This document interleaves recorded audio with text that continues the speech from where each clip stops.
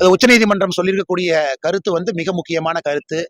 மிக வேகமாக, அதாவது குறிப்பாக வெயில்ல வந்த உடனே எவ்வளவு வேகமா அமைச்சர் பதவி கொடுத்திருக்கீங்க, எவ்வளவு முக்கியமான துறை கொடுத்திருக்கீங்க. முதலமைச்சர் அவர்கள் மாண்புமிகு திரு மு க ஸ்டாலின் அவர்கள் கோயம்புத்தூர் விழாவில் சொன்ன பேச்சை நான் மேற்கோள் காட்டுறேன். என்னுடைய மகன் உட்பட திமுக அமைச்சரவையில் இருக்கக்கூடிய எல்லா அமைச்சர்களையும் பார்க்கும் பொழுது செந்தில் பாலாஜி தான் சிறந்தவர்ங்கிறார். எப்ப சொல்றாருன்னா, வெயிலிருந்து இருந்து வெளியே வந்து 2 வாரத்துல அமைச்சர் பொறுப்பை ஏற்றுக்கொண்டு அவரை மேடையில அமர்த்தி வைத்துக் கொண்டு முதலமைச்சர் வாசிக்கக்கூடிய பாராட்டு பத்திரம், இதையெல்லாம் சுப்ரீம் கோர்ட் பாக்குறாங்க. அதைத்தான் மாண்புமிகு நீதிபதி அவங்க சொன்னாங்க.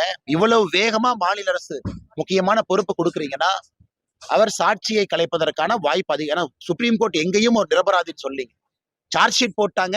சார்ஜ் ஷீட் போட்ட பிறகு எதுக்கு ஜெயில இருக்கணும், நீங்க வெளியே போங்கன்னு தான் பெயில் கொடுத்திருக்காங்க. இதை தமிழக மக்கள் பாக்குறாங்க. ஏன்னா உயர்நீதிமன்றம் என்ன கருத்து சொன்னாலும் கூட தமிழக மக்கள் இதை உற்று பார்த்து கொண்டிருக்கின்றார்கள். ஏன்னா எந்த கோர்ட்ல வேணாலும் தப்பிச்சுக்கலாம்னா மக்கள் கோர்ட்ல அவங்க தப்பிக்கணும். அதற்கெல்லாம் மக்கள் நிச்சயமாக ஒரு பெரிய ஒரு பதில் 2026 கொடுப்பாங்கன்னு எனக்கு நம்பிக்கை இருக்குங்கன்னா, அதே நேரத்துல உச்சநீதிமன்றத்தை பொறுத்தவரை 13ஆம் தேதிக்கு தள்ளி வச்சிருக்காங்க.